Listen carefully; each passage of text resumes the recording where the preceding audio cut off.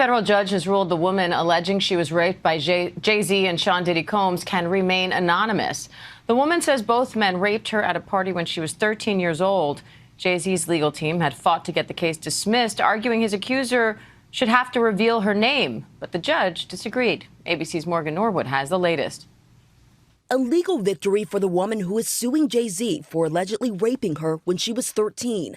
A federal judge ruling the woman can proceed with the case while remaining anonymous, at least for now.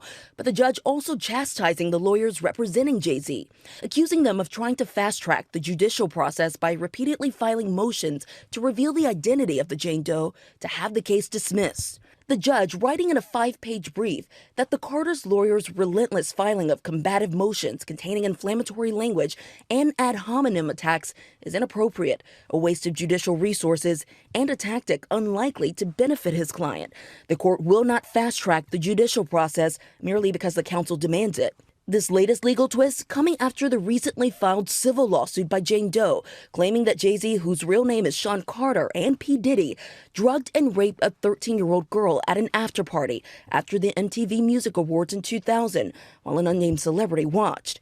Jay-Z has vehemently denied all the allegations, putting out this statement 2 weeks ago, writing in part, "This is a blackmail attempt." The multi-platinum artist, who was 30 at the time, now a business mogul with decades of hits to his name.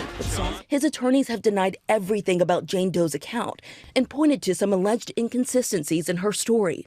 It's not just that this story is a lie and that it's not true. It's provably, demonstrably false. This never happened.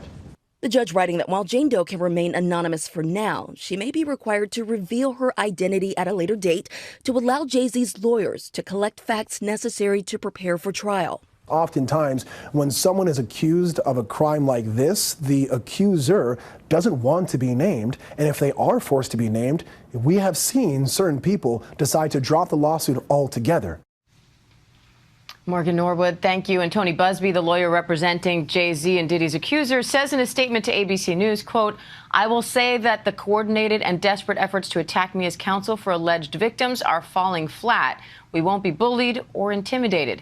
And we did reach out to Jay-Z and his team, but did not get a response. Oh, yo, it's Big Ant, the spokesman, man. We back. Another edition of Urban Politicians TV, UPTV. Make sure you stay on your pivot at all times, man. Had to come tap in as it was breaking news earlier today that a federal judge ruled that the plaintiff who's filing the lawsuit against Jay-Z can move forward with this case and her name would not have to be revealed. And I had a link in the description where you can watch that clip in the beginning in full from ABC News. And I'm going to get in this little write-up from CBS to kind of go back over exactly what's going on for people who couldn't really catch it all. As what they are basically saying, this does not mean that Jay-Z was found guilty. This does not mean that it's probable cause or anything. This is still a civil suit, meaning this is not Jay-Z going to jail. This is not none of that. This is a civil lawsuit, strictly a financial matter. What they saying is Jay-Z and his lawyer cannot go around the judicial system and speed up the process and make her name come public and make the case get dropped. They've been pressing a line like this is completely false. Ain't nothing that came true of it. And we saw the interview. And by me watching that interview on the news where they talked about it and she explained it and she had some discrepancies, some things that were very off note of what the original claims were. It was clearly that something is not right and adding up in my mind. So I can give my opinion that I do not believe what they are saying at all. You had people named who she is supposed to see that night. Come to find out they were on tour. She was 13 years old and then her dad picked her up. Her dad doesn't recall the night. So Jay-Z been pressing the line. His lawyer been pressing the line. Hey, they've been doing press conferences and all. Nothing of this can be true. It makes entirely no sense. It's no way that it can be happening, things like that. So him following the motions, they've been going at her lawyer Busby and stuff. But the judge said, well, nah.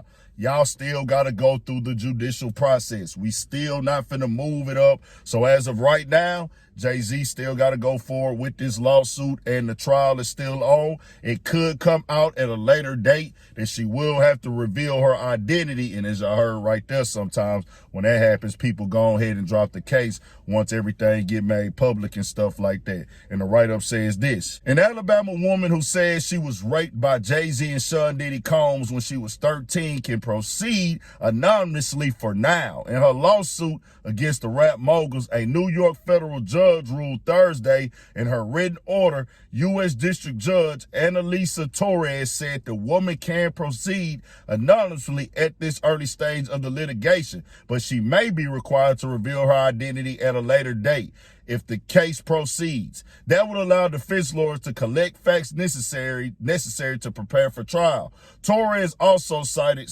substantial interest from the public.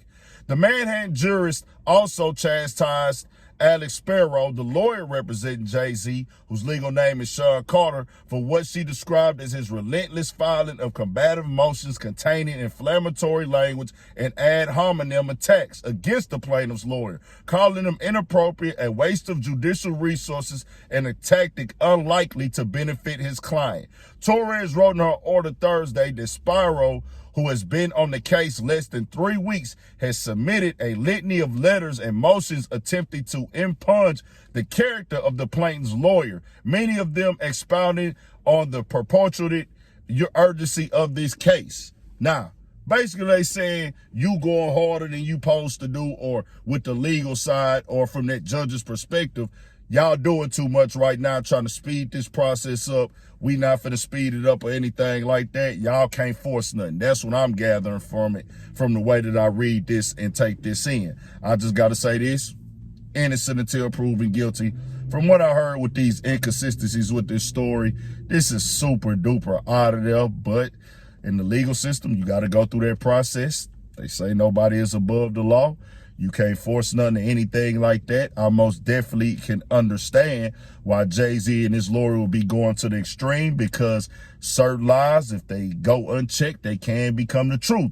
And in today's world, and even in the past time, people don't care about the truth when the lie's more entertaining, or if they want to see you fail, because a lot of people is mixed reviews. You know, people jump out here. At times, people just gonna believe a victim, and then, you know, at times, people just gonna believe somebody because they're a fan of them, and it can tear somebody down who is completely innocent. Me judging this, I do and would expect this to get thrown out eventually, but as of today, it will be moving forward. Tell me what y'all think. We got more coming, more videos, all that for shit show. Stay on your pivot. 1000.